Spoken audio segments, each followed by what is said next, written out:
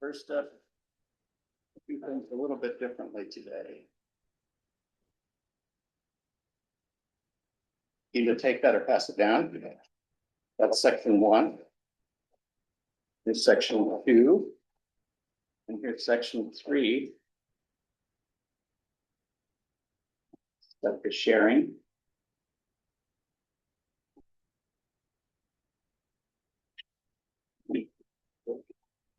Time for the opening reflection. Okay. The Normal Heights Community Planning Group envisions a healthy, vibrant community that honors unceded Kumeyaay land and cares for all inhabitants. We prioritize inclusive and equitable land use, valuing people over commodification. Through pedestrian-friendly construction, transit-oriented development, open space preservation, and affordable housing, we strive for a vibrant and sustainable neighborhood. Additionally, we promote responsible economic development that supports historic preservation, local businesses, fosters job opportunities, and enhances the overall economic vitality of Normal Heights. Thank you.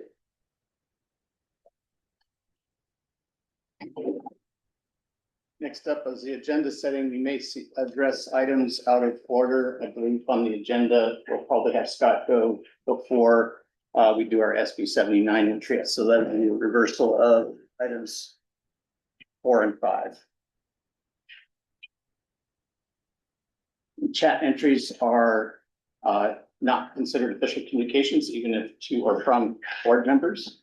Proceedings are recorded and will be publicly posted on the website and usually in 3 days.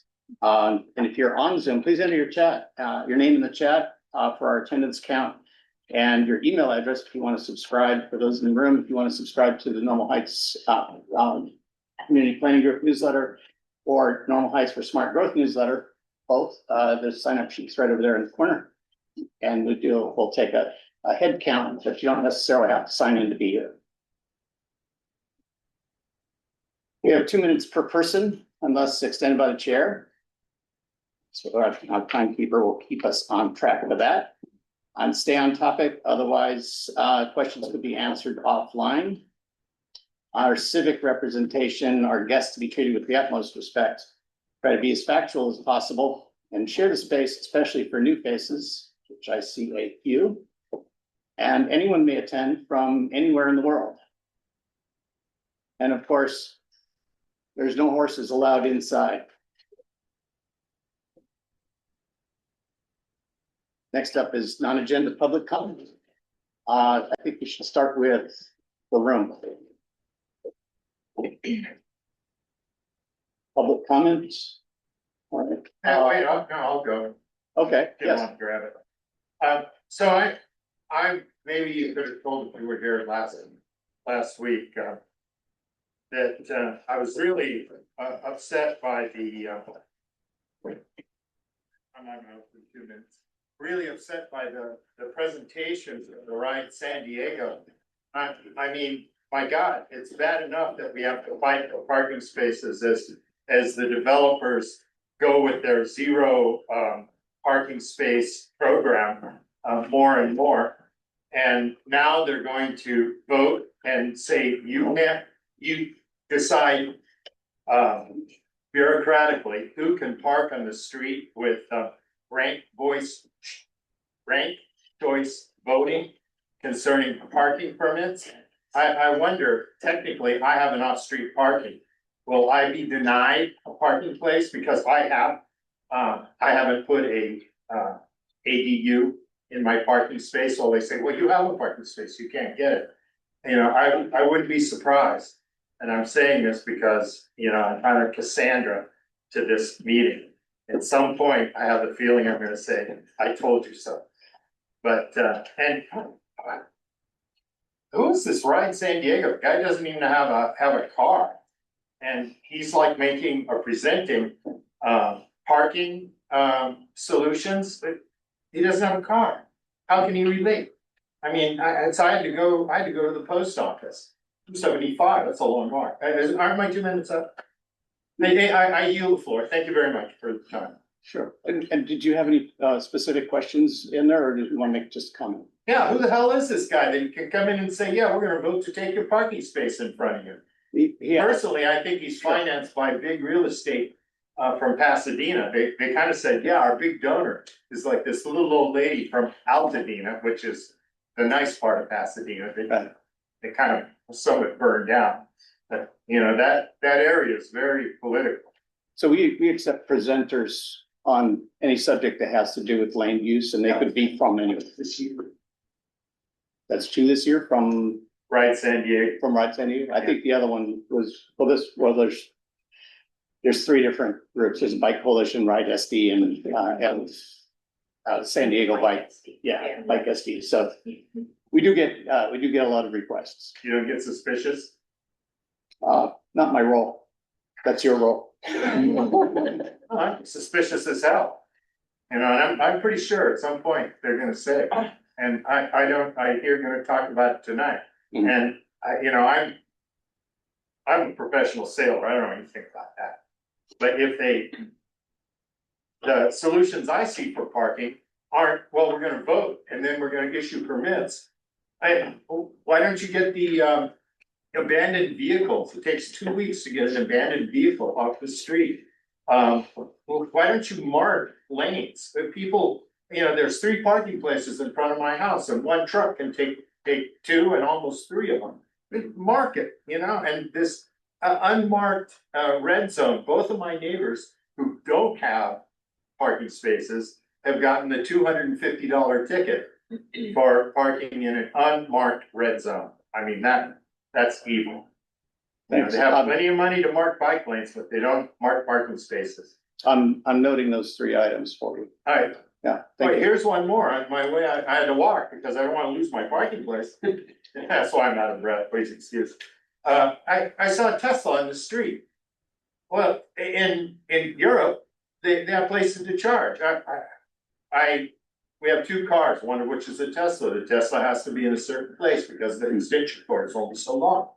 And if I would have driven my car here and been on time and not out of breath, we would have had a cha-cha, I call it, where you pull out, Tesla goes in, the little 2-door Volvo goes in behind, and so it's not for me personally, but both of my neighbors have got $250 extra funds to the city for over the parking issue that I think personally is being handled very badly. And in 2 years, I'll just say it now because I might be gone in 2 years. I told you so. You'll see. Noted. Thank you very much for the time. You're very courteous. I appreciate it. We'll move to Becky Rapp on Zoom and then Paul Jameson. Thank you. My name is Becky Rapp, and tonight I want to raise a public safety concern that directly affects our neighborhoods. Just last week, the city attorney announced enforcement actions against 2 smoke shops that were selling high THC marijuana products out the back rooms without licenses. So that tells us something important. Illegal sales are still happening right here in our city despite existing laws. And the issue goes beyond marijuana. Kratom is also illegal in the city, actually in the state, yet it's still being sold openly, marketed. In my own neighborhood, there's a smoke shop with a large neon sign advertising Crave Kratom. This isn't hidden, it's visible, normalized, and clearly not being deterred. So the question is, if these laws are on the books, why is enforcement not keeping pace? Planning groups play an important role here. You are the eyes and ears of our communities, and when you see businesses operating outside the law, whether it's illegal marijuana sales or illegal kratom, please don't assume someone else is handling it. Report it and notify the city attorney's office and contact code enforcement. We cannot protect public health and support responsible businesses or maintain community standards if illegal activity is allowed to continue in plain sight. Thank you. Paul, go ahead. Hey, thanks, Paul. I saw a Ride SD presentation on permit parking at the Kentow Planners. I'm assuming it's the same one that was mentioned earlier. My understanding there was they're just proposing something, like they're not going to decide, like anything would go through the city, right? So I don't think that Ride SD is saying this is what's going to happen. They're just proposing a plan which would go through the city, and sure there'd be a lot of back and forth on what would happen there.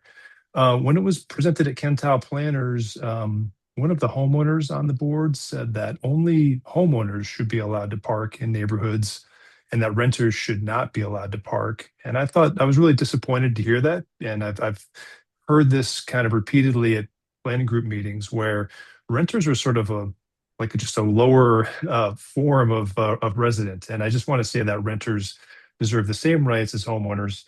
In terms of developers building projects without parking, um, that's done to reduce cost. And I know it's controversial, but we're always asking for more affordable housing. That's one way to do it. And without big subsidies, that's one of the few ways to do it. And then finally, if you don't have a car, how can you relate? I'm told all the time, about where bike lanes should and shouldn't go by people who don't own bikes. So, it works both ways. We're all residents and we can all have input. Thanks. Have two bites. Any public comment from the board? I thought I saw Ramey's hand and then they went down.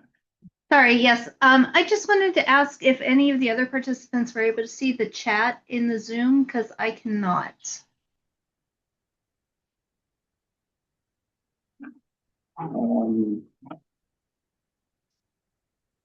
It appears that chat is turned off Okay, for this meeting. I apologize. give my fingers a rest. Okay.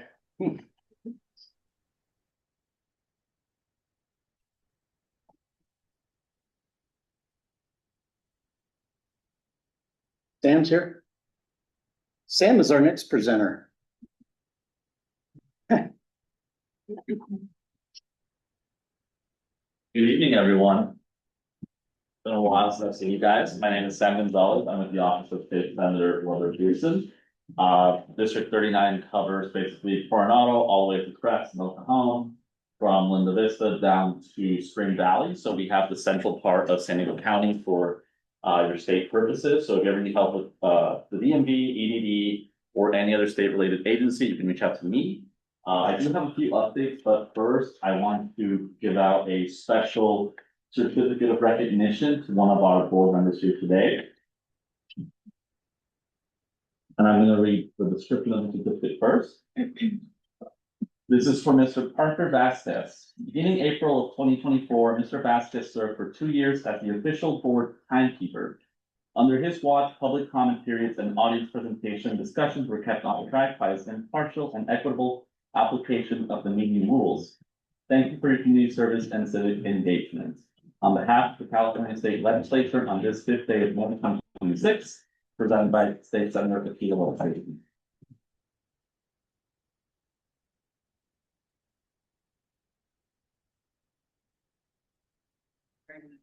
Thank you. We also have token of appreciation from the board directly. You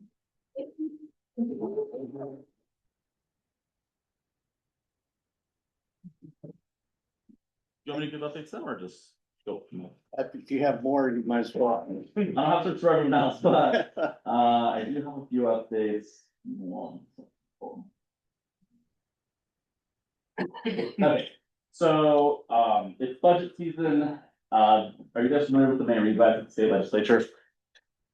The May revise. So in January, Governor Newsom proposed a draft budget for what's to come next year.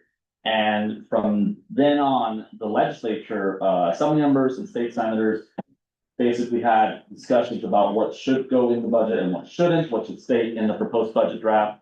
So what's going to be coming out in the next few weeks will be the May revise, which is an updated version of the senators and assembly members' input on what should be on our next year's budget.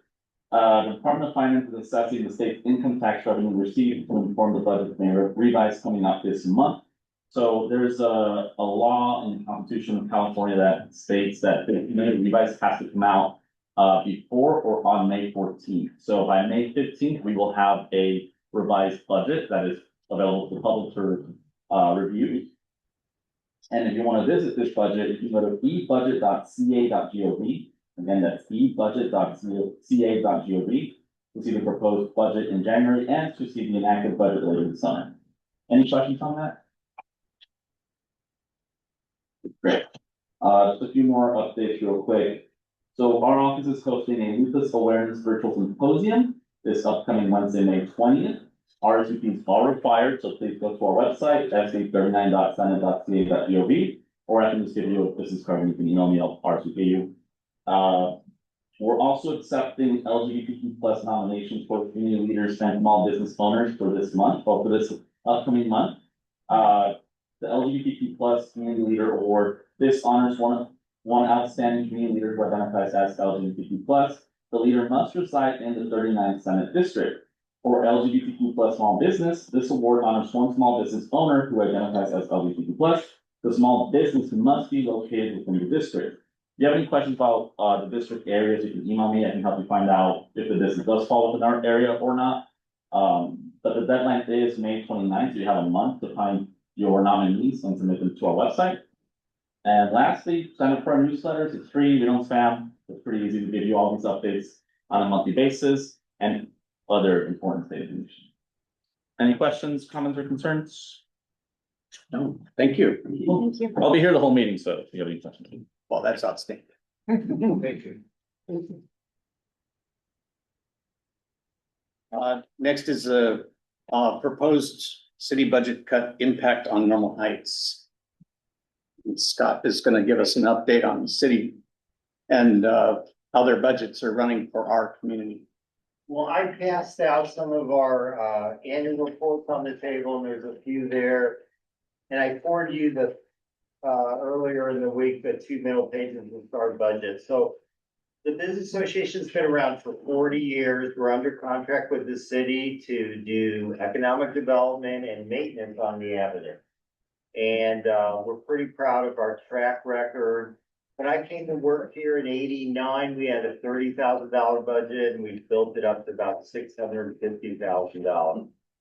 The city gives us core funding. They have since 1989 as far as arts funding, and since 2001, a program called the Small Business Enhancement Fund, which underwrites all the business improvement districts in the city. There's 16 of us, get like $35,000 a year. So it's not a lot of money, but it's been there forever. And it's basically given to us because we do the work of the city in your neighborhood on a daily basis. We emptied 40 trash cans on Adams Avenue. We planted and maintained 400 trees on Adams Avenue. We have the best urban canopy of any district in the city, I believe. We picked up litter along 2.5 miles every day on Adams Avenue from Tuesdays to Thursdays. We deal with the homeless population. We do all of the special events. We do economic development. We recruit new businesses. And we have 800 dues paying members. Every property owner and business owner on the avenue is a member automatically because they get taxed by the city $70 or $100 a year, and it goes to underwrite our costs, which is about $100,000 of our budget. But the money that the city cut last year, which was half, $35,000, and the other half, $35,000 this year, is a total insult to us.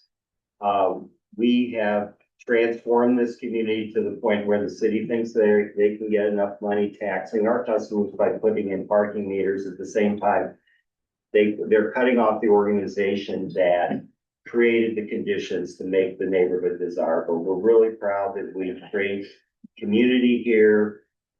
We align ourselves with the neighborhood around us. When the meters came in, we argued vociferously for the residents' rights. The meters could affect people that don't want to pay or going to crowd your neighborhoods. Our employers are going to crowd your neighborhoods. It's really going to impact residential people that live close around in the neighborhood. And we suggested about 15 different ways to change the metering structure, but the city was not receptive to any of that. So anyway, we're just here because you guys called us here to answer any questions about what the money. We just painted the sign, cost us $15,000 for the paint, and the guy that did it, and traffic controls another $2,000, and the city charges the permit. By the way, last year at street fair, our police bill tripled. Okay, so it went from $8,000 to $24,000. Our fire bill went up tenfold, from $400 to $4,000. So the city not only is cutting our funds, but they're soaking us with additional fees. And if you look at the entire budget cuts for the Economic Development Department, which is their budget is $770 million. The only thing they cut was outside groups like us, $35,000. We're not responsible for the budget deficit. Makes no impact, the money that they're cut from us on the budget deficit. It's just the people running the city, I don't understand their logic. But anyway, that's my wrap, and I'm happy to answer any questions about that. Sure. What, is there a call to action? What can we do? Oh, well, we are part, well, you can write a letter of support to restore our funding. We're part of a coalition that's lobbying the city with the arts groups and every other group that's been cut. So it's a very strong organization, and we have like, I think, 5 more public hearings to render testimony. The first one was last night. The next one, I think, is Wednesday, is tomorrow. But yeah, letter of support would be great. We're all in this together, and yeah, we have professional staff, you know, me and my assistant, we're very low operating overhead, like $170,000, full-time people here all the time. And we've been here for a long time, and we're not going anywhere. We're gonna keep going, but the city needs to do its part in funding. We're under contract with the city to do basically what people assume are city jobs or city responsibilities. Yeah, I totally feel you. The city quit sweeping my street and they raised my taxes $600 a year for services. So I'm paying more tax, getting less service. And I'm just a resident. I'm 2 blocks, but you know, am I gonna have to pay for parking when I get my hair cut? Does that mean I gotta Yeah, walk so the parking- 6 blocks? Get my So hair cut? parking meters will help the business district. It's gonna help our businesses. I mean, it's gonna create vacancies in the street. More, you know, people don't stop if they can't find a place to park. And some people will not come because they don't want to pay for parking, but most likely those people will drive a couple blocks into the residential neighborhood. So it's the paid parking is actually a tool that's used all over the country, and it's never ruined a business district. So I don't have any fear of the parking meters themselves. Question is, where does that revenue go? It's being promised by the city to go back to infrastructure. We'll see whether or not that happens. Yes. Scott, thank you. I'm Kenny. I'm comfortable door knocking and maybe bringing a template support letter. Can I work with you or through Paul to create a template? Sure.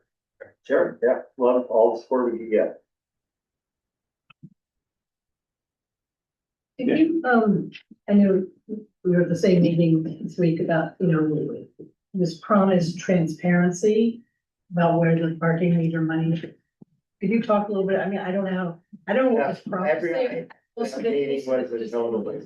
Future opportunities, I mean, that meeting was called at 24 hours notice. It was at 8 o'clock in the morning. So could you just talk about what future, how this community is gonna have a chance to learn about and have input into how this parking meter money is spent? Well, interesting enough, Francis, Paul and I just got invited to another meeting by the mayor's office this week, is it? No, next week. Next week, yeah. They want to talk about the same subject.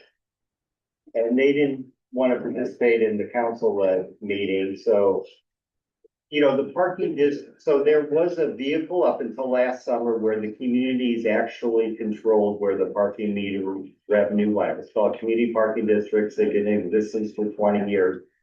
The city ended those programs last summer. And so there's really no community input anymore. Otherwise, they wouldn't have ended that program to work out where the money went.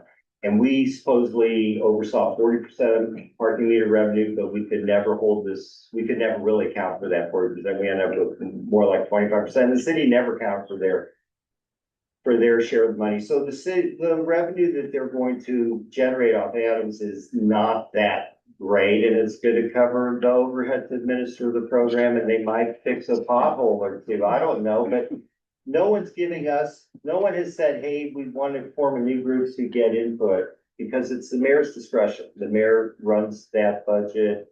And I think you don't need to look any further than what the plan is with Balboa Park. So all the new parking meter revenue the city generates just replaces general fund money that was taking care of the park.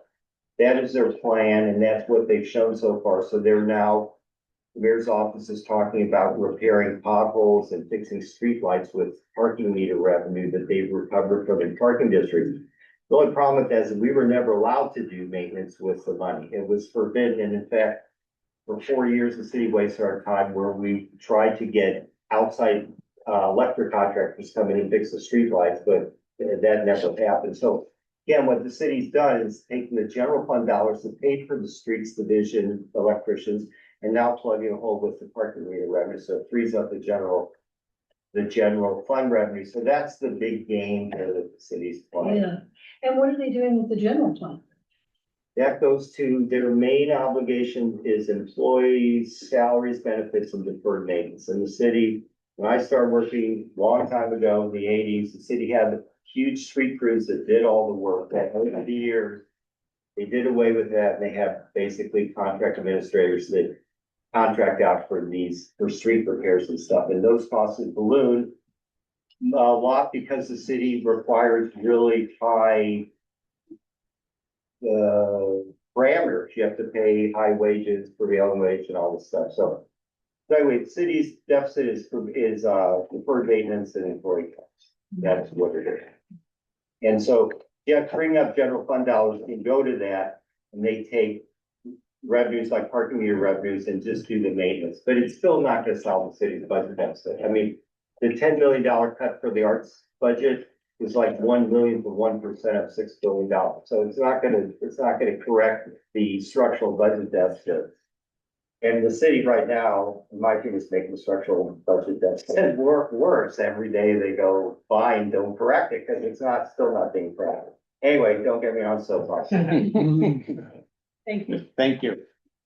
I make a motion that we send a letter of support for the ADA and the budget cuts. I'll second.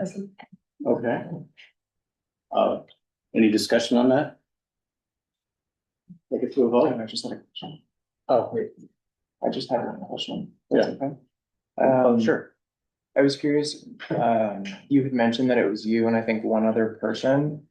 Under your personnel expenses, it's the $170,000 that you had mentioned. Could you break that down? Is that just you and one other person? Yes, no, it's me. I get paid $100,000. I made a lot more when I worked for the city. My assistant, who's part-time, gets paid $55,000. We have a maintenance worker that also is part of our employee cost. So she gets paid about $15,000, and then workers' comp and all that stuff. So we have our overhead is for nonprofits like under 25%. I mean, it's very respectable. We're also, I mean, you took the $50,000 the city gives us and asked that would be about a half-time employee for the city, what they could do compared to what we do. It's not even comparable really. So, yeah, but any more questions about that? No, I was just curious. Yeah. Do you guys have like a brick and mortar or something like under the operating expenses? I didn't see like you're renting a space. Or We something. manage this facility. My office is on the other side of the room. We do this for free. So we pay the city rent for the facility. We get paid $500 to rent out the facility, do all the repairs. We're the biggest funder of the Little League. Every year we're the biggest funder of Adams Elementary as far as their discretionary funds. We do a lot for the community. This center rents for $60 an hour. You can't get it another place. So it's on the weekends, it's packed with quinceaneros and weddings. And so we built the school across the street. I developed that property in '99. So we built an elementary school annex. We're really more like a community development corporation. We've always been our philosophy here. We just do whatever's needed for us because we have full-time staff. I mean, and we're sitting here and I do landscaping once a week. The things we're cutting back because we're $100,000 over budget this year, so we got to make some cuts. We're going to lose money this year because we can't. We're 7 months left to go, but we're going to cut out all of our advertising for street fair. We have to cut the Fern Street Circus. out of the street fair. We have to, I mean, you know, boom, Yeah. to boom, to boom. We just, you know, can't afford to really lose as much money as we're projected to lose right now. So we're gonna raise ticket prices and stuff like that, Kenny. Have you thought about asking for independent sponsors for like the Fair Street Circuit? So we have a sponsorship portal and a deck. It's pretty sophisticated. We brought in 50 grand last year and 70 grand the year before. This year is really tight. The money's tighter than it's been. And we have thought about having someone, but like Fern Street's in our same problem we're in. They're getting cut back from their organizational support. It's gonna be a trickle down effect. We're all gonna, you know, I mean, hopefully the city, you know, puts back some of the arts money and some of it. I don't know, but we already got 25% last year. So this year was the other 75%. So, you know, I mean, we have to cut somewhere. I mean, we just can't. At this rate, we'll be out of business in 3 years. Luckily, we saved up 300 grand, mostly from building that development across the school across the street. But we'll survive somehow. You know, we're gonna make it. Thank you. Yes. Does that 3 years include the cutting the marketing expense? Like with that 50,000 cut? No, Is it if we still lost, 3 we're years? right now projecting $115,000 loss if nothing changes, but we're gonna change stuff. And we'd have like 2.5 years to be out of business Yeah. for that. So right now, we're down to, we got 2 grants from the county. We'd only lose 10,000, but if we don't get those grants, you know, we're gonna lose 60,000, which is better than 110. Yeah. And we just we just pulled the money out of the market and set up a emergency fund, you know, so we can access the funds and stuff, but.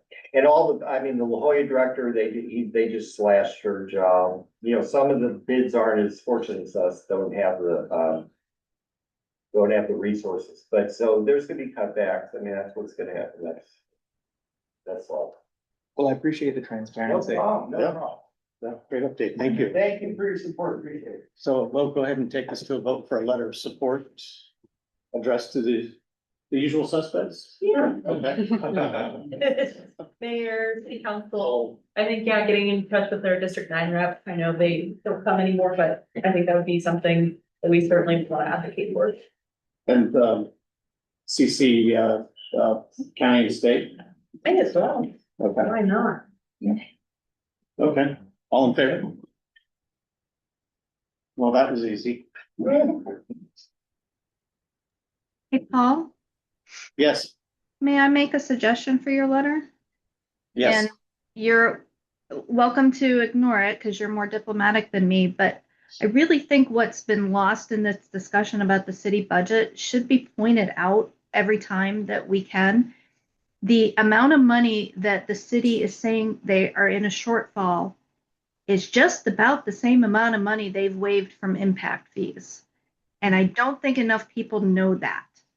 And so, you know, if it was me, I would put that in the letter, but I'm leaving that to you because, like I said, you're more diplomatic than I am.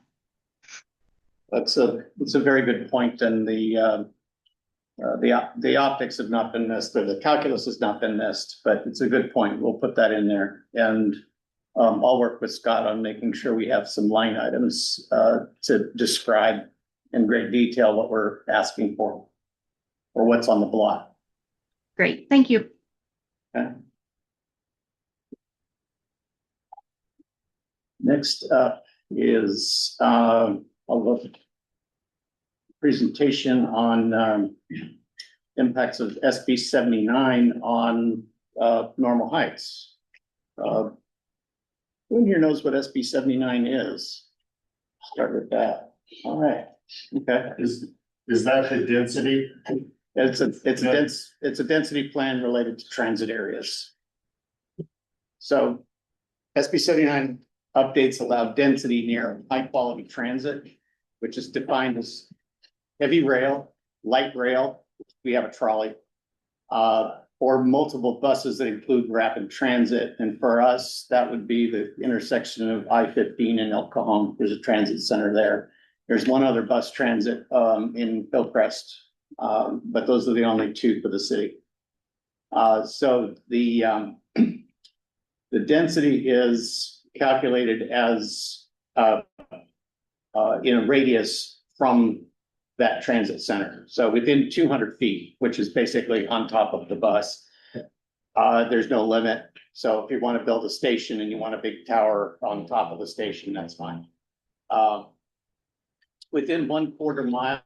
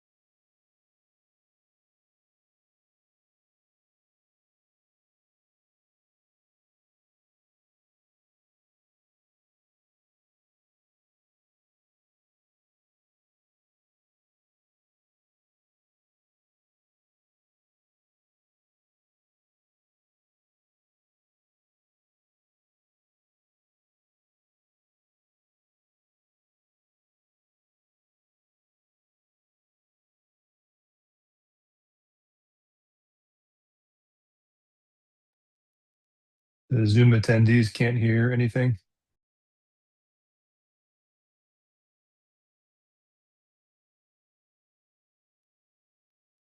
Oh, there we go. Sorry about that. Okay, so we've got, and this one again. Okay, there we go. It's what's on the table right now is if city council wants to roll it out fast or roll it out slow, because that's part of the, SB 79 is the implementation. How fast do you implement it? Do you want to take some time to think about it, or you want to just roll it out right away? So that's what they're discussing this Thursday.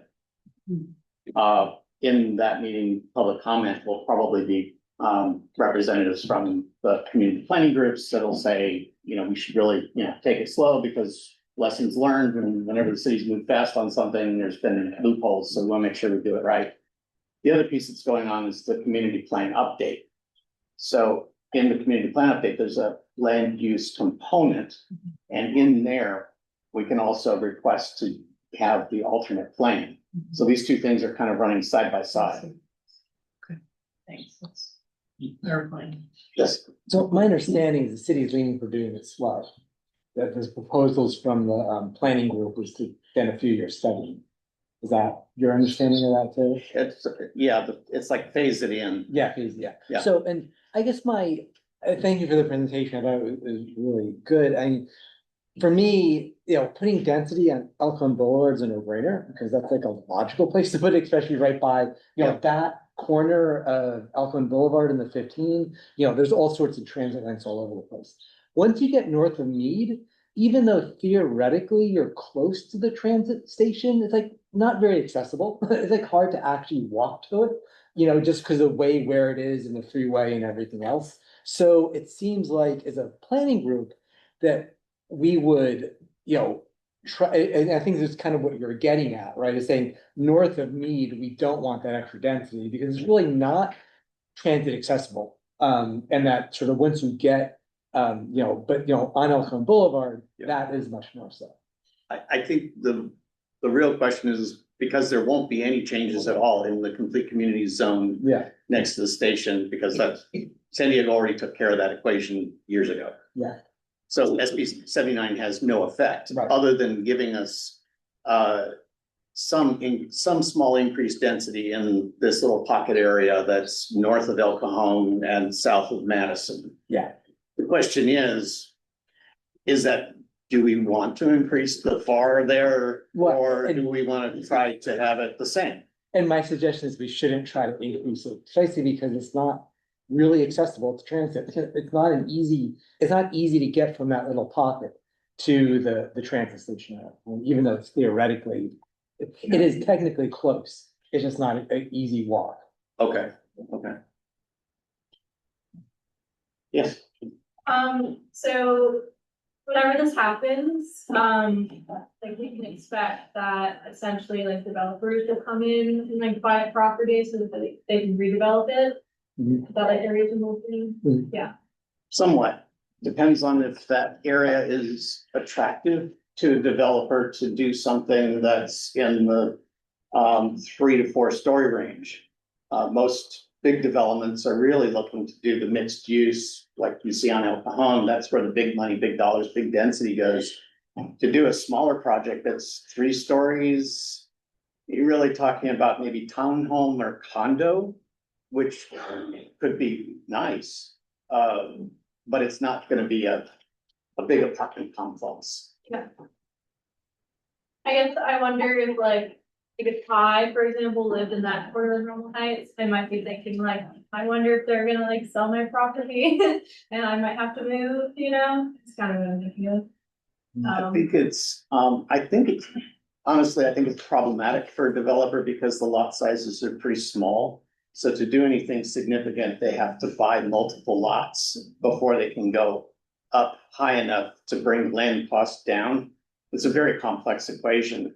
And most of the properties there, when they are bungalows, they have granny flats in the back. So they're already commercial properties with a dual income.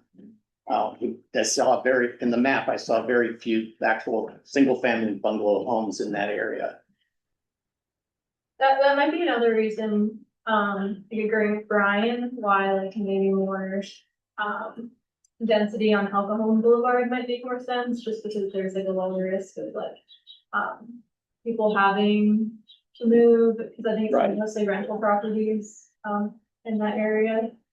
So whether we do or we don't, we still have a 6 to Right. 8 floor area ratio on El Cajon. Yeah, I guess I'm talking about then just like the area like farther out north of El Cajon Boulevard, like that section would have like, the same density. So it wouldn't necessarily be getting redeveloped, right?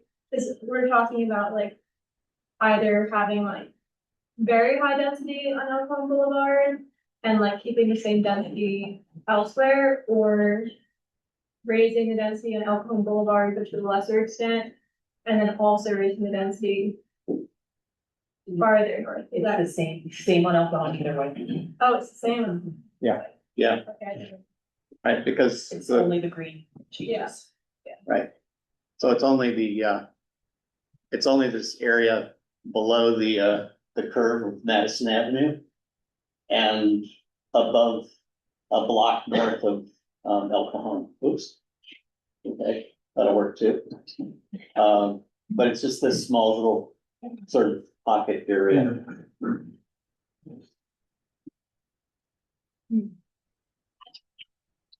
I would say that, I think that for our group, the question is it worth pursuing, knowing that we're not going to be increasing any density on, we're not gonna make any changes to El Cajon at all. Is what worth pursuing? Asking to have a lower floor area ratio in this one little area. I think it is worth pursuing. Yeah, because I don't live in that area. If I did, I really think it'd be worth pursuing.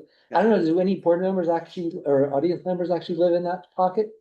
A couple of streets. Yeah. But almost. Okay, we have one in the back. Well, I do live Perfect, you have the floor.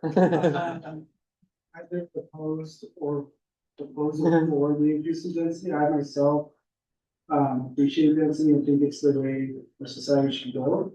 However, I do understand the point she was making. So I don't think it would make the points that you were making economically, it's not gonna really make a difference. The developers aren't really gonna tear down that small portion of our neighborhood. So that's why I don't think either way really matters too much. So I wouldn't be against going for the exchange, the alternate plan. Okay, Typically, I would enjoy more density, but in this case, I'm okay if the community enjoy the alternate plan. so I think the argument in favor of doing nothing is exactly that we just do nothing and we just leave it be. The other side of it is that Tamaj is going to fight hard for their section because it is single family homes on the other side of the 15. And they'll lose a lot of bungalows in that area. So if you think that it makes sense to have zoning be consistent as it spans the other side of the freeway, then that's an argument to do something. But on the other hand, our zoning is so chopped up already. Are we even moving the needle? Yeah, why not? Yeah, I'm sorry. I can see something similar, like, yeah, I mean, it seems like it's useful to go on record, say, because. I mean, I used to live in North Park and there were developers that would buy up a couple small bungalows and then tear them down and build something big. And it usually wasn't massive. They were, as you suggested, like 4-story, 3-story condos or something like that. But I think it's useful to go on record to not want increased density in that little pocket. Again, I agree. I like more density on something like El Cajon Boulevard. I think that makes a lot of sense. I don't think density makes sense there. And that's the concern, I would have. And I would suggest that we do go on record as saying that we'd prefer not to have the increased density on the topic. Are you allowing public comment from Zoom?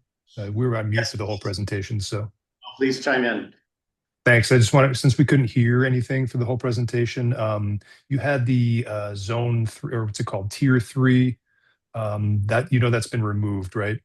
Maybe you pointed that out. Tier 3 is removed. Yeah, it's just tier one and tier two in SB 79 now, because tier three was just for like regular buses, right? So it's only rapid buses. Right. Okay. Tier So two. I may have the tiers mislabeled, but we were talking Okay, about the 200-foot radius, then the quarter mile, then the half mile. got it. So Okay, our quarter and okay, half will overlap into the RM11 zone up by a little yep, bit. yeah, yep. If I could point something else out too, so the city has decided that only like the rapid buses on the 235, right, that goes up and down I-15, qualify, but there's a lot of evidence that says all of the rapid bus stops on El Cajon Boulevard should apply. And yes, right now the transportation department is sort of conflicting their own guidance and saying, no, those are not rapid bus stops. But literally the city calls it a rapid bus route. And they're just saying because we allow bikes in those bus lanes and we have turn pockets for cars, it's not a dedicated bus lane. And that contradicts like both the transportation department, the city, and SB 79 policy, which called out. So I think it's just to let folks know, it's still a question up in the air as to whether additional stops along El Cajon Boulevard would fall under this. So, and I think what you're showing right now is just the one stop on El Cajon Boulevard at 15, correct? Yes, just the transit center, they call it, where the bus kind of comes down the middle of the freeway. Yep. So just a heads up that people are making the case to the city that that's a premature determination. That again, there should be like at least across the city, like I think another 40 or 50 rapid bus stops that should be included in this. And then finally, just in terms of like whether, so I live kind of in that Kensington side where you were talking about earlier, and I walk to the bus all the time on 230, take the 215 or the one on El Cajon Boulevard, or I bike down there. I don't think that just because it's a quarter mile away or a half mile away that it's too far to allow additional density. So I would hate to lose some of the cute craftsmen we've got, but I know there's a trade-off here, right? We desperately need more housing. Kensington, where I live, built 100 housing units in 20 years. That's 5 units a year. That's why we're in a housing crisis. So I think things like SB 79, unfortunately, are needed. Ken Tal voted for option 5, which would only allow density along El Cajon Boulevard. I just think we need some more multifamily housing in single family neighborhoods, and SB 79 would do that. Thanks. Yep. Yep. So our pocket area in Normal Heights is already pretty densely infilled with the cottages and Huffmans through that area. You go on Google Maps, you can pretty much see that. So I think the question for us is, it sounds like we're leaning towards requesting the alternate transportation plan that would retain the 1.25 FAR for the green area that we see south of Madison, and then would also limit this purple area in the corner. I think it goes to a little bit higher FAR, but basically do the horse trading, I call it. Can I ask one more question? How does this relate to the update for the community plan? I mean, I know SB 79 obviously takes precedence, but given the city's got some flexibility here, wouldn't what the community plan indicate should be the density there have an effect on how the city makes this decision? The community plan will have a high level view of it, so there'll be sort of a vision component, like we're saying. We see lots of density on the El Cajon Boulevard, and we see it scaling down, in this, these tapers and slopes into the neighborhoods, and that would be described, but it would, the zoning itself and the floor area ratios, I don't think are actually specified in the community plan. They're specified in the zoning documents that are spawned by the plan. But But- they'll get updated concurrently. But Yeah. So when they they will update- get updated. Yeah. Yeah, When they change the land use, then there'll be a zone action so that, because your community plan, your general plan and your community plan and your zone should always match, so. So, and it seems like then folding this into that discussion, since we're having that discussion coming up really quickly. Yeah. It seems like folding this into that discussion makes a lot of sense. Yeah, and I think the city was getting their arms wrapped around, because SB 79 kind of was happening at the same time that they had just finished like our land use concepts. That I know the staff came and presented a couple of months ago, so I think in terms of, it'll be very telling when the draft comes out, which is supposed to be within the next month or two. Then I think that'll give us a picture of what at least the first cut at that vision is. Mhm. Because there will be land uses for every parcel at that point. Mhm. But to your point, SB 79 would prevail over it. So that is a situation where you could have a land use. I don't know, that says single family only, but like SB 79 says no. Right. But in theory, we're responding as it's happening, so hopefully it'll all match up, but I was gonna try to see on my teeny phone if I could pull up the land use concept, because that at least gave like a general sense of where they were gonna concentrate density and move outward.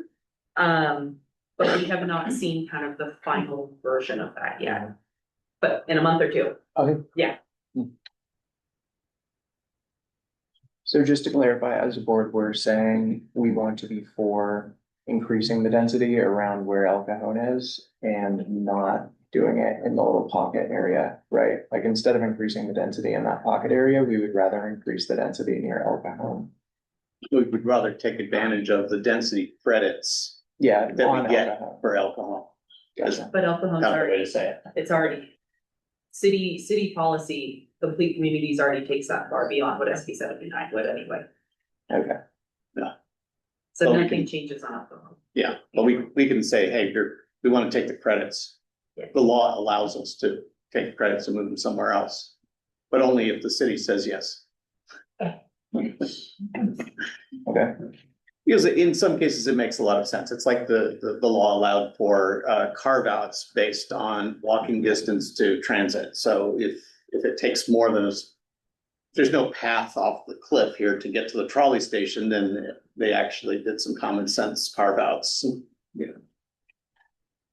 So I pulled up the land use concept. I'm sorry, I can't share with the group, but you can look it up on the mid-city plan update. And this was just a concept, so check in a month when it's real, but at least just to give you a sense, what they were showing is kind of highly concentrated at the intersection, at the stop. Then along the El Cajon Boulevard corridor, maintaining density, probably about a block radius up to Meade there.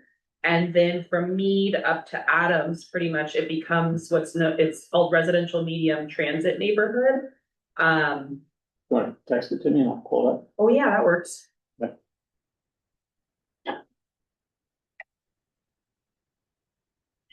Yeah, much better than me trying to describe colors to everyone.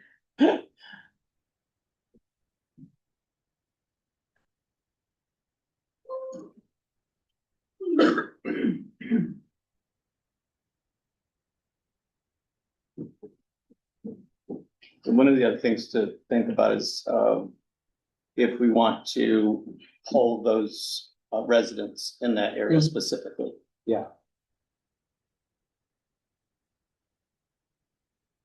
And then you'll go down to page 63. Oh, great. When you get there. Yeah, this was the whole report. Which maybe I can find the definition of transit residential.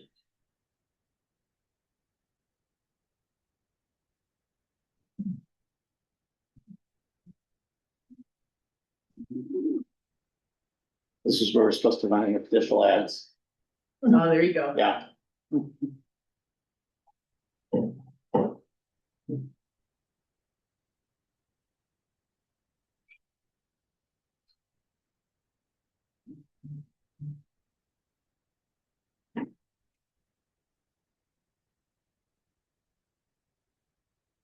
It's page 63 out of 10,004. Only 177, so. Oh, okay.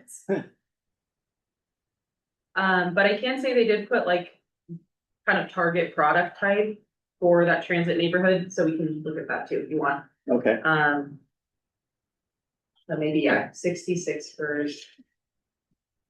30, 40, 46.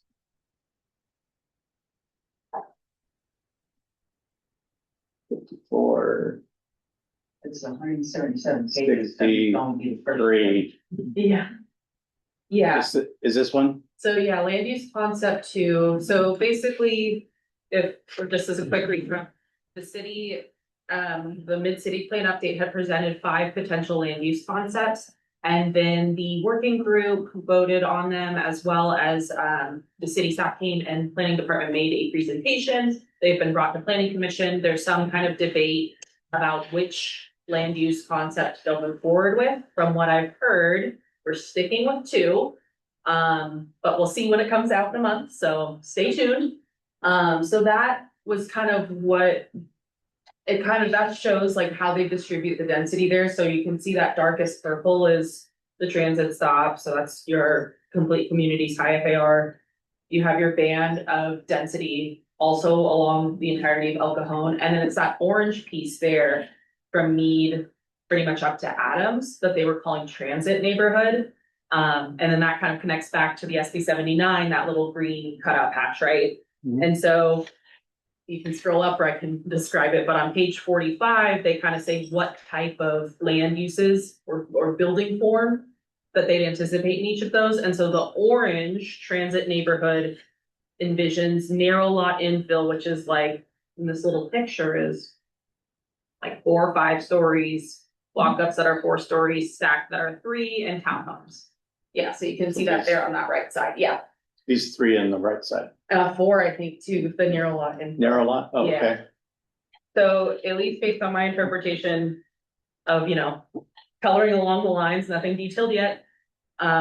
It seems like the land use concept will probably mirror that SB 79. They were headed that direction before we knew about, well, not knew about it, but before this conversation came about. And I mean, there's a big difference between 3 to 4 story narrow lot infill versus a 2 to 3 story row home. Right? I mean, it's not that's a very different level of density and different feel to the neighborhood and whatnot. So, but I guess that's a conversation for a different day.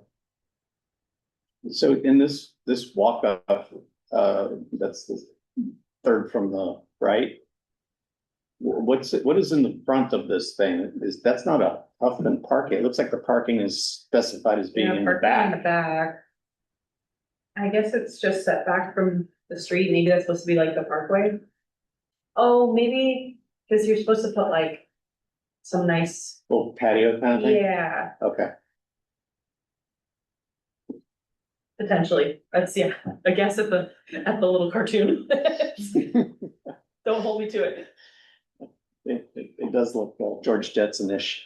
Yeah. So is this helpful? Yeah, I think it may be helpful to, when we have a discussion about the community plan, once it gets, the draft community plan, once it gets Yeah. released, to revisit that little pocket and sort of- Okay. And I mean, for me, it's useful to see how it fits into a larger picture. So one of the things that we've done as community planning groups is we've gotten together as a subcommittee under CPC and gone to the planners. So Alex Frost is the lead planner for the community plan update, and we have 2 city planners who are assigned to the community planning groups for the mid cities, which is Normal Heights, Kensington, Tillmansh, City Heights, and Eastern area. And we met with the 3 of them and said, we'd like to be able to give you input before you get to your first draft output. So that you don't have a first draft, we can save you some time on revisions.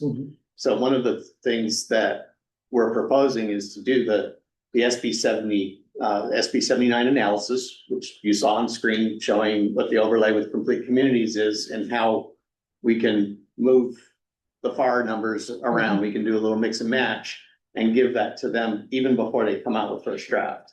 So that would be something we could do now and provide them the numbers, and then they may use it, they may not. And then, of course, first draft comes out and we have another round of looking at it. That's when, And yeah, that's when modifying. the rubber will meet the road, because yeah, all this, because you'll see if you open up this document, there were 5 land use concepts under consideration, and so, you know, if they went with another one, maybe that doesn't match the SB 7, you know what I mean? There's still a lot of question marks until next month, if we're on schedule. So, There was 1, 2, 3. yeah, so 3, and then, 4. yeah, 4, and then And there was some 5. push for 5, I think. There's a 5. huge push for 5. Yeah. Like hundreds of people wrote in favor of 5, but you can see it's only along El Cajon Boulevard. It's mostly the Ken Tal folks who spearheaded that effort. Correct. To me, it's not equitable, right? I think we should spread out the density a bit more, but everyone has different opinions. Yeah, so I think at least based on what I've heard and seen, 2 was the front runner, 4 was a maybe, and 5 was kind of the So here's, Ken-Tal push. okay, But I'm I not think seeing, I'm not seeing a huge difference. I was gonna say between 2 and 4, it's pretty similar. I think the only change was, It looks like there's more orange on 2 than 4. yes, that's right. Yep. Okay, well, then next actions, we can either decide that this is what we wanna push for doing the horse trading. We could also poll the community and ask what their, that specific area, ask those residents do like door postcards or something. How would we do that? Door to door. I do have, from when our $500 budget like 3 years ago, I do have like 700 postcard stamps for the planning group's use. Ah, I've been safely keeping them. okay. So if you wanna do mailers, I've got stamps. Sorry, I just have the challenge here, I see it is that, and it's sort of this conversation helps to clarify it, is that when people think about density, they think about different things, right? I mean, some people, when you think density, they're thinking about like 7-story apartment buildings. Other people, density could just mean, 3-story row homes, right? So I think it's a little bit, you have to be a little bit clear if we are gonna ask people, not just whether you want more density, but like sort of what they want their neighborhood to look like and more, and I think more generally, if I think about this more, it's like, well, yeah, we already have sort of that, what's called that gentle density, right, in that area, right? We've got Yeah. all, more, it's not just single family homes.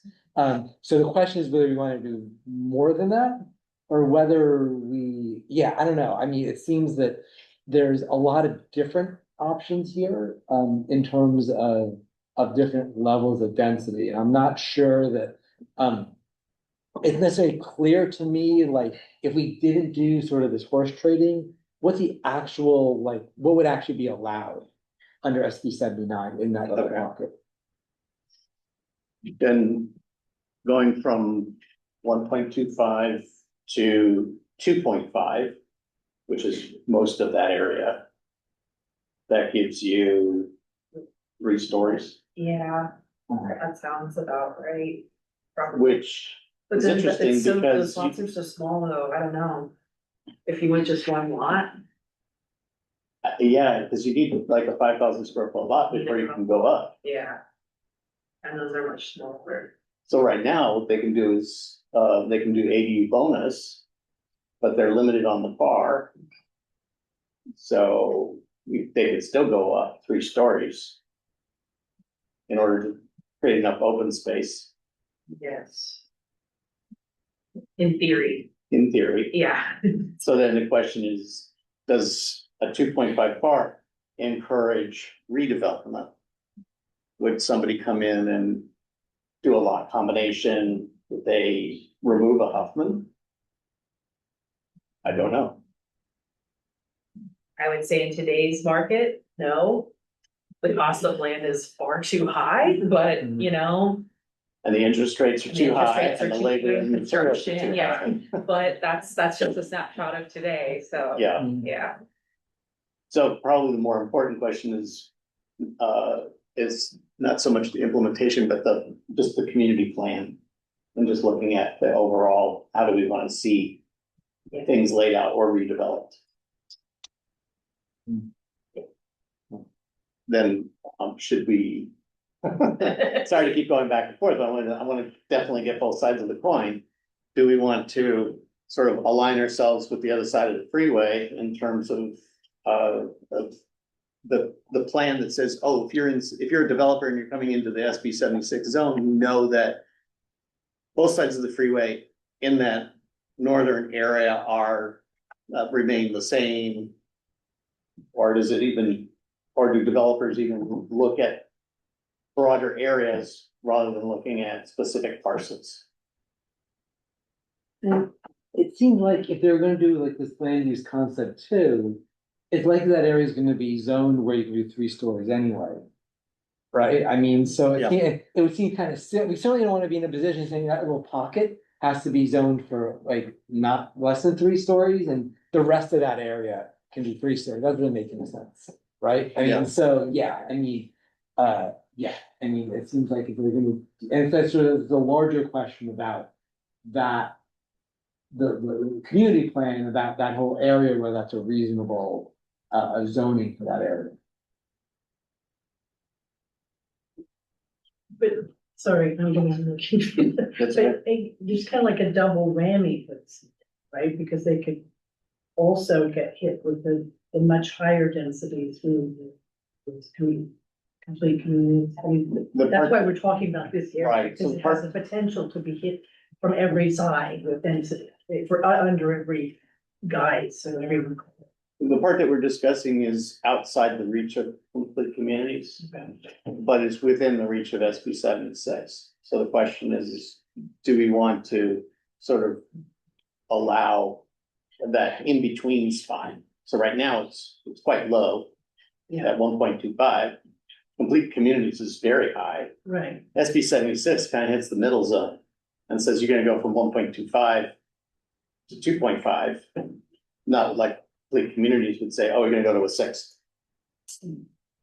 But if it was just to fall under SG 79, it would be closer in density to the rest of that area, that neighborhood in which it is, as opposed to being small area with much greater density. A small area that falls within an area that has lower density. Yeah. You know what I'm saying? It would be a small area of very high density within a neighborhood where everything else is lower density. Am I understanding correctly? Yeah, as you would travel down Mead, you would start to see it. Yeah. I mean, if every lot was being developed, which is not the case, of course. No. But there would be a sort of an increase as you approach the freeway. But if land use concept 2 is what moves forward, which that's what we're assuming, we don't know for sure, we'll know in a month, but if that does move forward, let's just say it's exactly as is, then to Brian's point, then that whole area gets that treatment. So then we're not talking about a little corner anymore, it's the whole, everything orange. Everything all the way up to Adams. Would all be subject to this much higher density? Yes. Correct. Yeah, Well, no, not the much higher. Or not Yeah. much, but A little bit higher. The 3 to 4 story. Yeah. Yeah. And that being said, the 3-story marker is kind of the sweet spot for townhomes, because you can put your parking on the first floor and have 2 floors of townhome assuming you above. have parking. Oh, yeah. Who says there's gonna be any parking? They won't be able to sell them without it. Well, So there is a push. When was SB 79, like, when do we actually have to, talk to people about it, or like, make a decision about it? What now? I'm gonna say it's, the hearing's Thursday, right? Oh. Yeah. Okay. So that's kind of why it's kind of a bummer, 'cause It's already gone to the planning commission. Yeah. Recommendations, or But the city's not making final decisions. no, but it's one more stop on that. Yeah, and they're likely, again, I mean, from what I've read, they're likely to punt it study it for a while before they make final decisions. Yeah, hopefully they'll study it long enough that we can have the community plan Yes. update. Right. And then actually have something that's visionary and thought through. Yes. Yeah. yeah. So, yeah, the timing, it's unfortunate. It would be great if we just knew, is this the plan or not? I would say this is where everyone was kind of heading, but yeah, Okay. I know that's not the Any- whole one. Yes, A follow-up question to 379, because I haven't read it myself. Is it a rule that cities have to implement that ordinance into their plans? Or is it a state law that just gets adopted? I don't know what the date would be, and that's like an overlay, which it sounds like that's how it is. When does it become law, I guess? yeah, so it's, Whether or not we chose the alternate plan or not, the yeah, state is gonna go into effect at some point. I just was wondering whether that would be. so it has been signed into law. All right. And then the question is the implementation date, which there's some wiggle room there. I think June 1st is the official, like, you have it. The developers. will Yeah. start using. Yeah. But cities can opt in to have a phased approach, like we'll do the inner ring and then we'll do the outer ring and we'll, work our way into it on a phased approach. So that's what they're discussing right now, is if they want to do a phased approach. It looks like July 1st this year. July 1st, okay. Yeah. Then we do have at least one more cycle.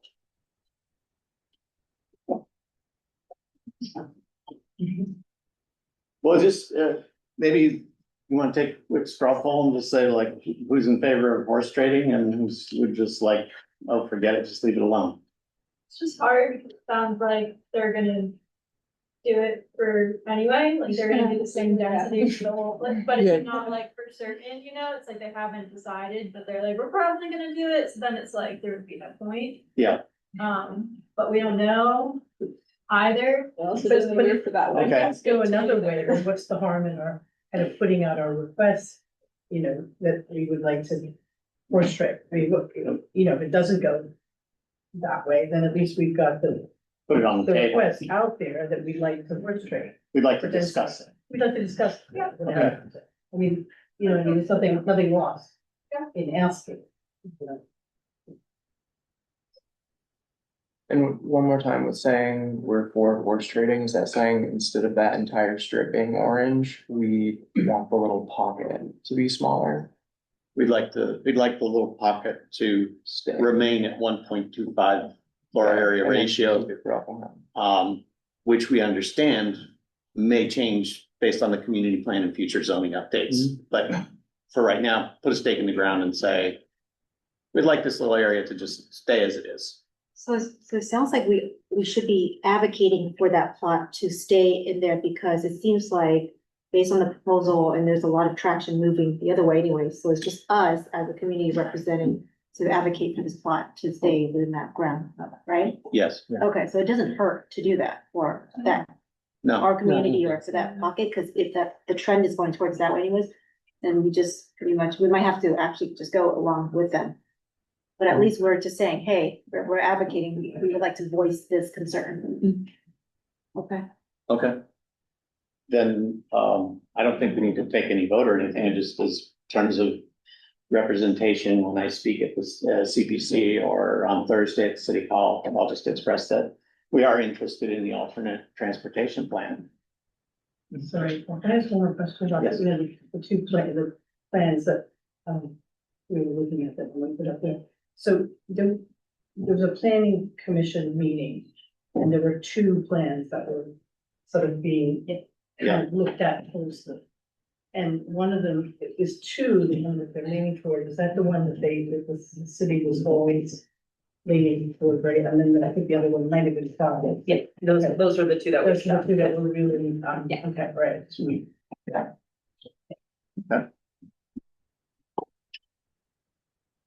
We shall move on. I think we should go into approve the 8 full minutes. That'll be an easy one. So. So you move for approval? And a second? Francis? And all in favor?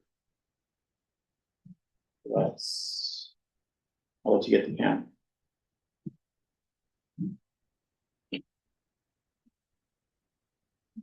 Okay, and the nays?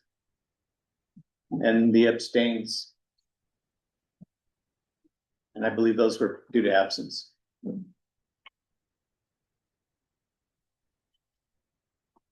The next item up is a discussion on the parking solutions. Does anybody have an appetite for that? Or should we scratch it from the agenda? Yeah. I'm just thinking, we've heard a lot from Scott. And we know that there's a money meter meeting next week with the mayor's office. And we plan on making the focus about the audit process. How do we know that the money's being collected and spent properly? So, yes. The only other question I would have would be just out of curiosity, when is the activations gonna happen? Yes, we would like to know more about the The transparency of activation, the okay. allocation of the revenue, where it would be going, because that would be nice to know, especially in our neighborhood. But yeah, just when the activation of those meters would happen. Okay. The presentation by Bride SD is of course aspirational. I'd like to get a quick round of opinions. Yes. I strongly opposed to a parking permit system. I can go on to why I'm that. I don't know if you want to have that long discussion.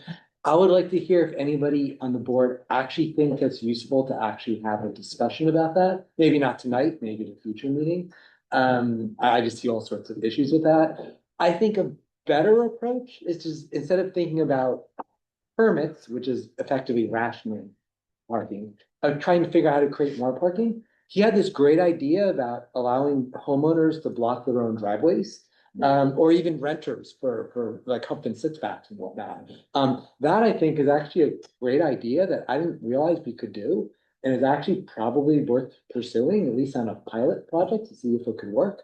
I mentioned in an email about thinking about having parking on Hawley north of Adams, and there's a couple other streets which may or may not work. South of Adams as well, but I mean, but those are, or painting teeth on the street so people actually don't take up more than one spot. I think that's actually really useful too.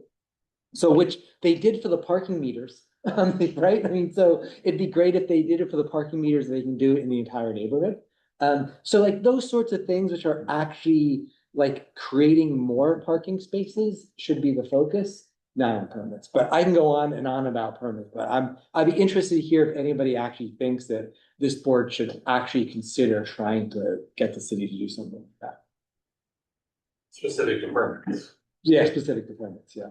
I would say I'm just curious about learning more. I was in LA this past weekend and I was going to dinner on Melrose Boulevard and I tried to park down a street and it was like residential only. And so I'm not advocating like, oh, I really want to pursue this, but I would be curious, you know, for those residents that live off Melrose, a really popular street, but then all of those streets were completely empty. They had plenty of parking specifically for those residents. So for me, I would just be kind of curious to hear more like case studies.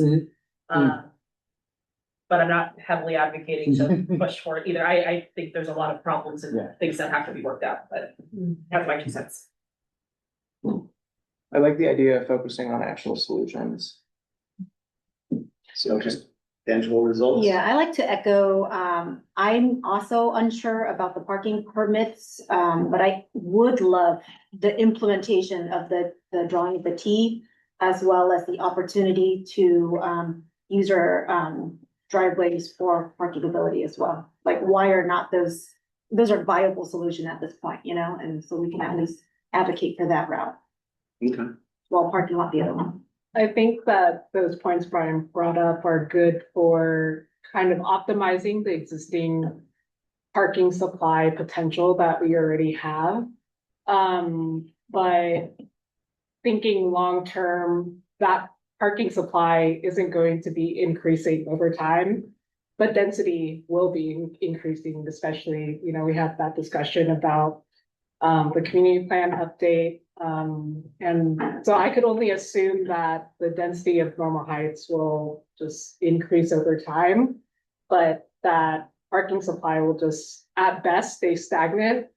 But, you know, as, you know, we have things like the daylighting law that came in and the new spaces, that isn't going to be a viable solution in the long term. So I just want to voice that. Okay. Yes, Francis. So, well, I everything everybody's said so far, I agree with, I just don't see how, parking permits are really gonna be any kind of solution. I mean, the real problem is there are not enough parking spaces, there are too many cars and not enough spaces.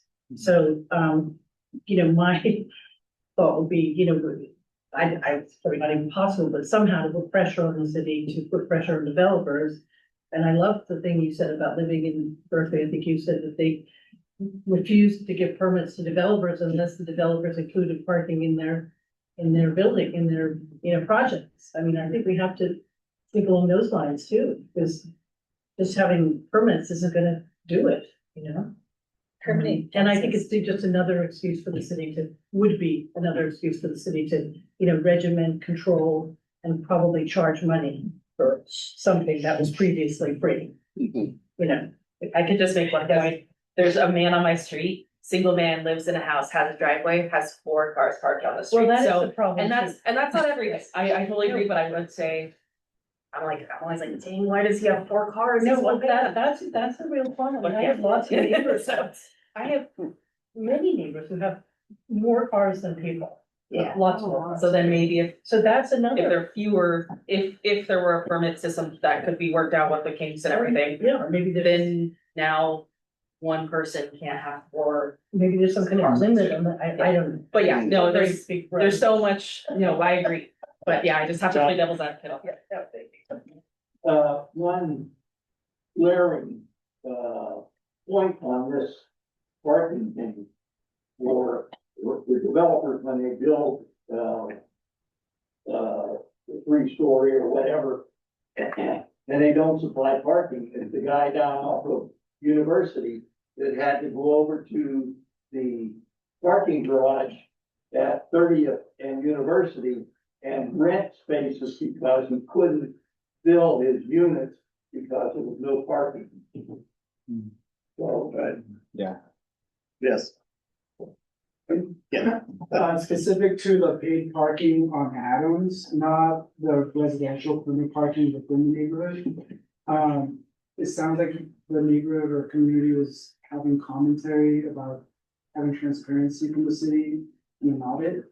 In that comment, if we could include not only the revenue and where it's going, but the one-time and recurring costs of the program. Like the gentleman earlier pointed out, my intuition is that there's gonna be very little profit to be made. It's just a drop in the bucket when it comes to the city's deficit. If anything, it probably hurt businesses and sales tax and that'd be a bigger hurts in the budget, but if we could add that. Sure. yeah. I have a question just to help me think about the dream of people not having cars. And North Park is a great example where they've really built. And is there any information on how many people living in those places are living without a car? Has there been any study? Is there any numbers? I haven't seen anything, but I'd love to know. Specific development. And I don't know any of those guys. That's a good question. I was gonna see if, Paul Jameson is still online, because he might actually have the numbers. I was just gonna say, like anecdotally, like I pretty much only hear about people not having a car, with like few exceptions, if they really can afford to have a car. And I think that's because it's just not easy to get around San Diego without one. And so there's like all this pressure to like move away from cars, but then there's not really like investment in transit to make it easy to use. Like they had a Purple Line scheduled for like long-term, hoping to put that in on like the east side of Normal Heights, would run through there, and I was like, amazing, I could actually take that, I wouldn't have to drive everywhere, gas is so expensive. But I think they like pushed it off again. 2050 is the new date. Yeah, so it's like, it's a new day. So soon. 2050. Yeah. So it's Same standards. That's what I mean about the dream of. Yeah. Transit service. Oddly enough, our own board members have had a high percentage of non-drivers. I can think of 3 just off the cuff. Which, yeah. Yeah, Alan doesn't drive. Yeah, he was the first one I met. and Sammy doesn't, she might drive, but she doesn't own a car. But her commute's really short. She just walks downstairs. I will also just quickly add too, that part of it isn't so much people not having cars, but like a household, instead of having 2 cars, you only have 1. Or instead of having 3 cars, you have 2, right? Then it's like living in a place like North Park or here allows you to do something like that. Whereas if you're out in the boonies, you may absolutely need 2 cars in a 2-person household. So, yeah. Well, I'm retired now. It's not as big a problem, but I've lived in San Diego for 50 years. Most of that time, my wife and I both worked in completely different directions. For years, I worked 6 miles away, and then my company moved 20 miles. I wasn't going to change jobs. So, I mean, those are the kind of things for families. That, I don't think they're going to get away from having to have a car. Yeah. I mean, even Uber isn't practical if you have to go to work. Especially with their surge pricing. Yeah. Rainy online. Yeah, so I just wanted to make sure we keep in mind when we are looking at these, what other communities are doing, like North Park. Normal Heights is very, very different from North Park in the effect that we don't have the public transport infrastructure that other communities have, where in Normal Heights, it's more important to have a car. As an example, 2 weeks ago, I looked to take the bus to the automotive museum, ironically enough. Well, okay.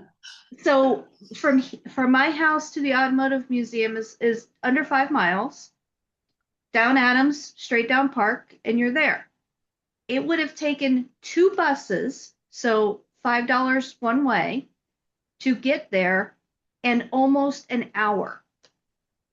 So Normal Heights just doesn't have, being a canyon community, we have one in, one out. It's not built in a way that we can possibly have the same ease with which other communities have in using public transport. Right. Yes. In terms of the revenue that comes out of the parking meters, is there a discussion of that being routed towards resident-only infrastructure, like parking infrastructure? Apparently the law constricts the funds to the immediate area of the meters, which would mean the commercial district. Could they build a resident-only parking infrastructure in the commercial district?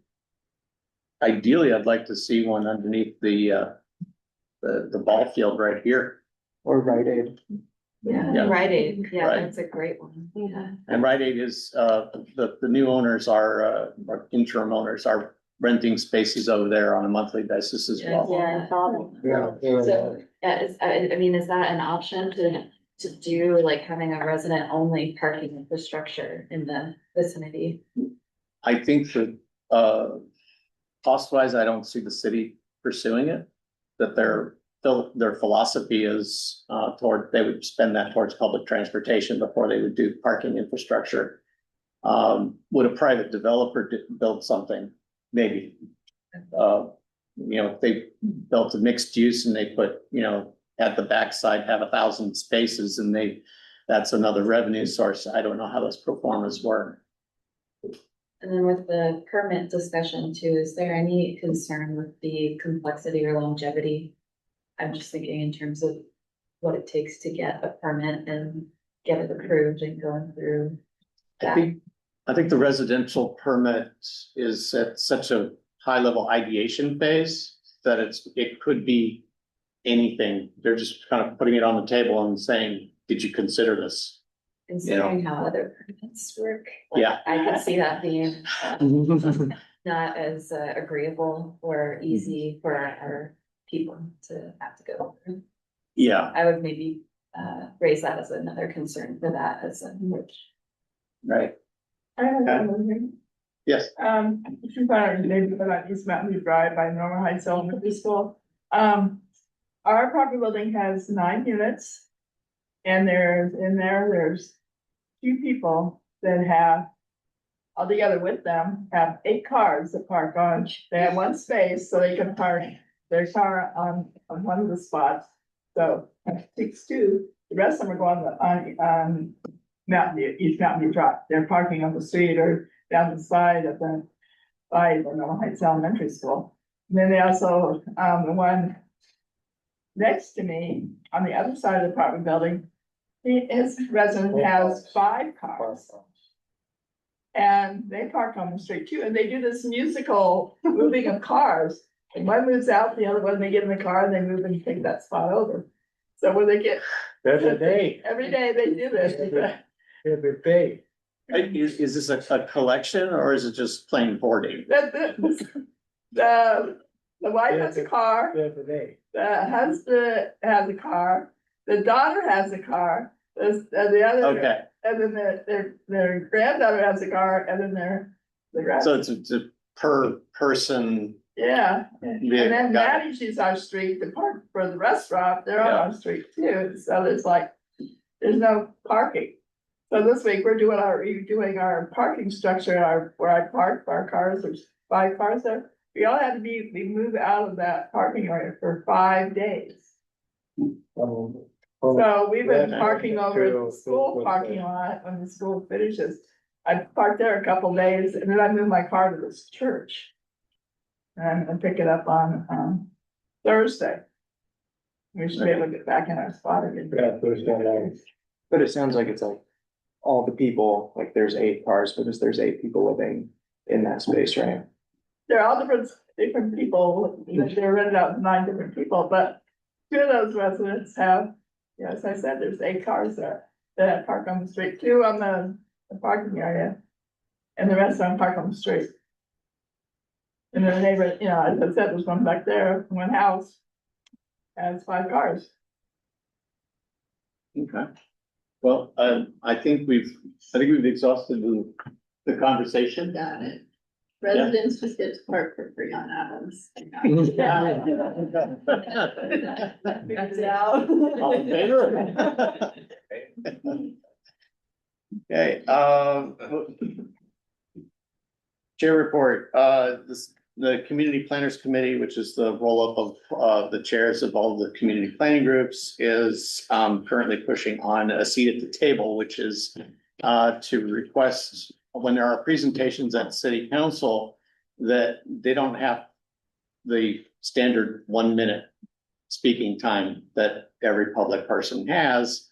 And so they have to try to get people to show up in order to see time, whereas the presenter, or if it's the planning group or the developer or other entities, will get 20 minutes. So they're pushing for this equality because the CPGs are city chartered and so should have more time at these council meetings. Community plan update, we went over quite a bit. We're also currently putting together an economic development forum. It'll be a webinar for the community planning groups that are having input into the community plan update. So it'll be a panel of 4 experts to discuss the ideas of economic development in concert with smart growth, and also make the mid-city area attractive to graduates from UCSD and SDSU to stay in the area and develop their startups or their businesses rather than moving on. Because a lot of those students would like to stay in San Diego, but they're priced out. So in a number of ways. It might be spinning up a commercial kitchen, or it might be having a space where you can do a chem lab, something like that. So we want to encourage the economic growth in the area. No date on that yet. And then the community garden is having water installed May 13th. People believe they'll start on the 9th through the 13th. But the delivery date's on the 13th. We're still working through getting our right of access, which once that's finalized by Parks and Recreation, we'll have to go into legal review, and they've requested 30 business days for that review. So it'd be a while before we get an ROE. Good news is that the ROE would be reused for our conditional use permit, which is what allows gardeners into the space. So they can reuse all of those components, the insurance and the hours of operation and all that, and just copy it over. So the legwork we're doing won't be wasted.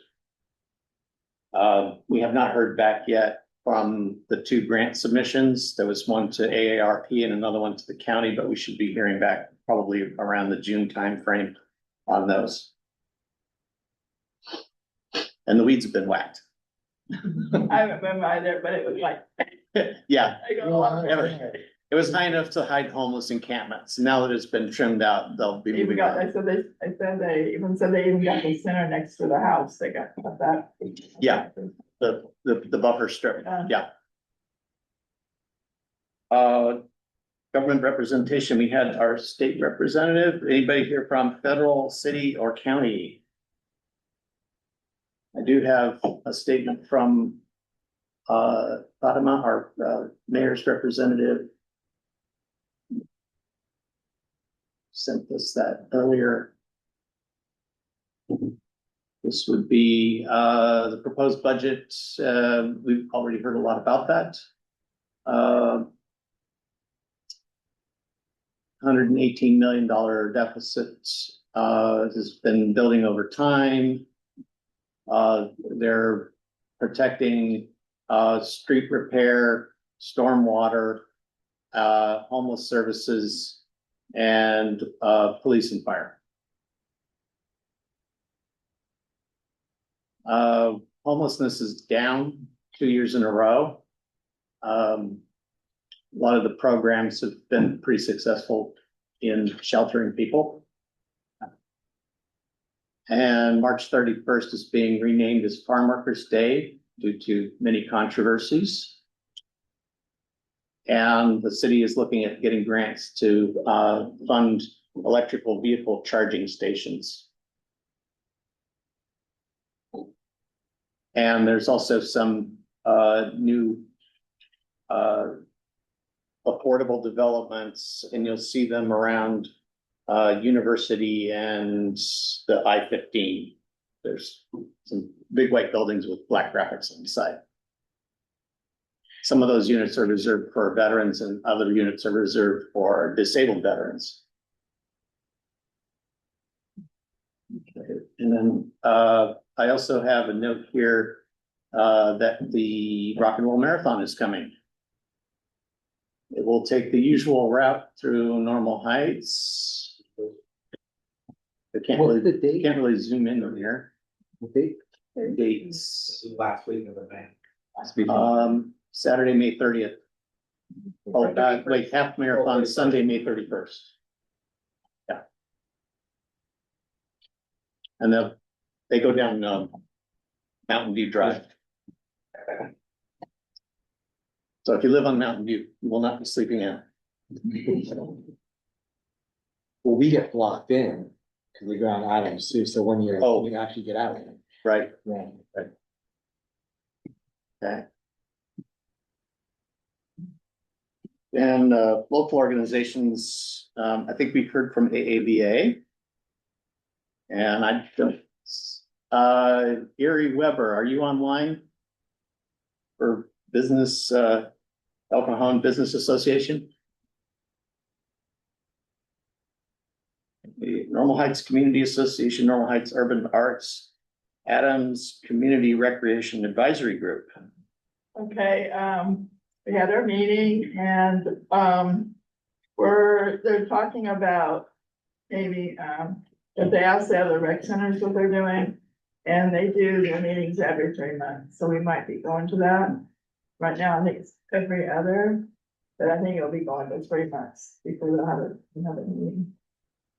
And there is gonna be movies in the park at Lord Canyon. We're gonna have that. Can't remember the movie though. There's only 3 rec centers that got that movie, and I can't remember the name of it. Also, What? there, Zootopia too. Zootopia 2. yeah, Zootopia. Yeah, she was there. And another thing is that, they're talking about the different rec centers and libraries with budget cuts. I don't know if you saw that article, it was in the paper, in the news. Was the lawyer one, was that the library? They're talking about closing the Adams Avenue Rec Center. And the completely. Kensington Library. And the Kensington Library would lose, I think, the Monday services, the Monday opening. Something like that, one day a week. The only branch library that would close completely, that's at least proposed, is North Claremont. And also, they're gonna do a lot of budget cuts for them. And we don't know if, I know one thing that's right now is the, summer camps are really filling up. They're filling up, they're doing good, so not too many openings for that. And, I think that we should get somebody a letter or something to support, the library and the rec center that, that with the summer, when the kids are out of school, that's what keeps them out of the streets and everything. They're in there in the rec centers and they're doing, games, and different things in there, and it keeps them busy, and they'll be out on the street and they're gonna be causing mischief. And another thing is the city hall was saying there is no graffiti,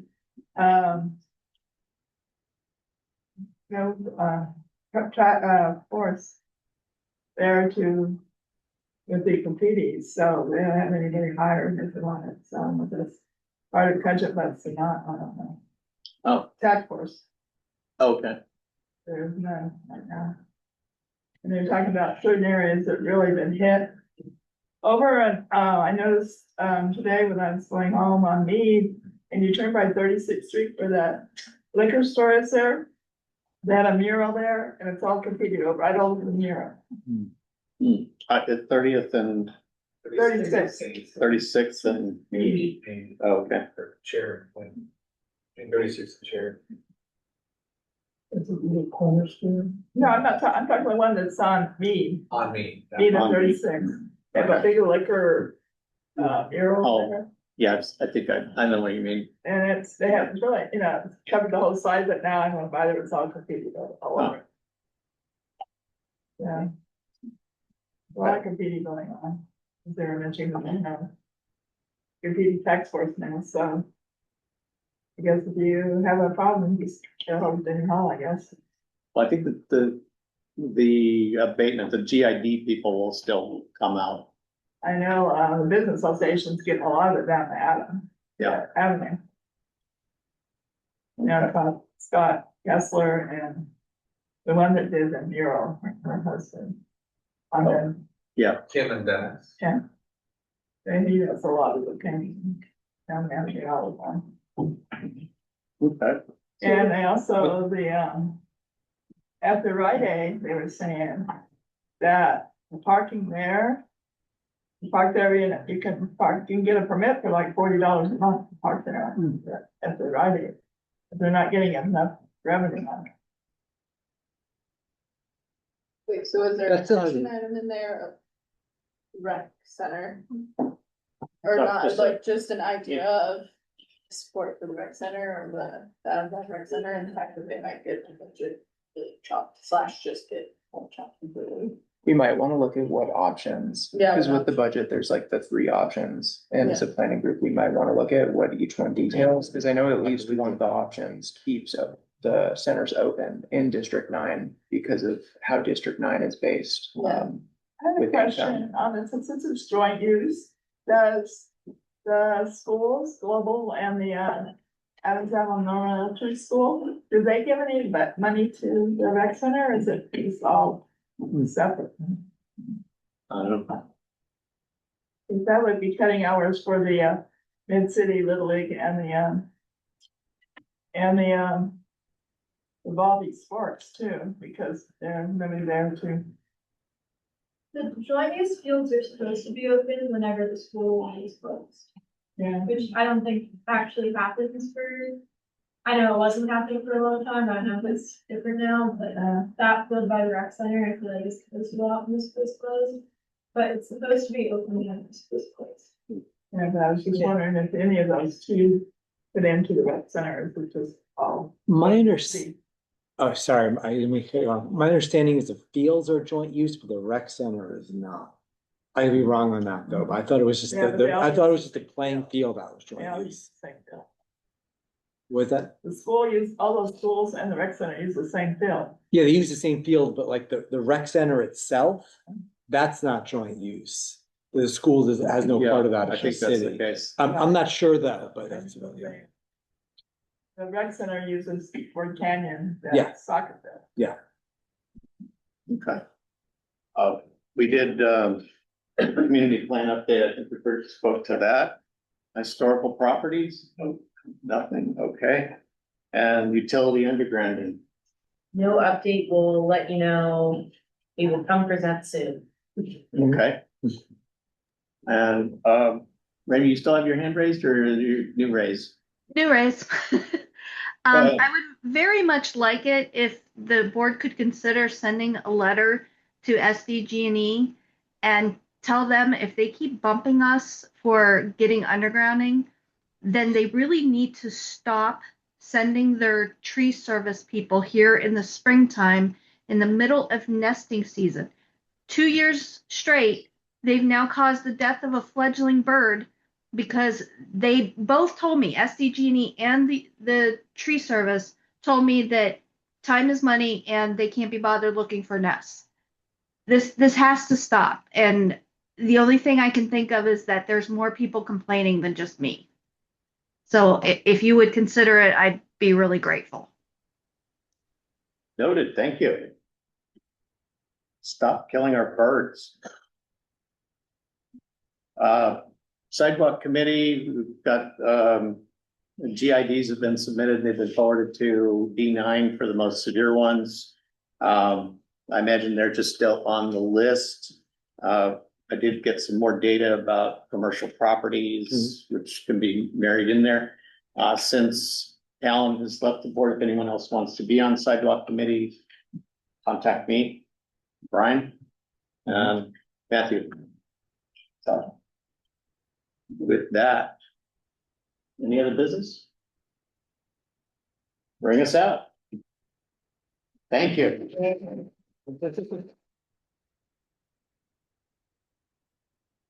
Oh,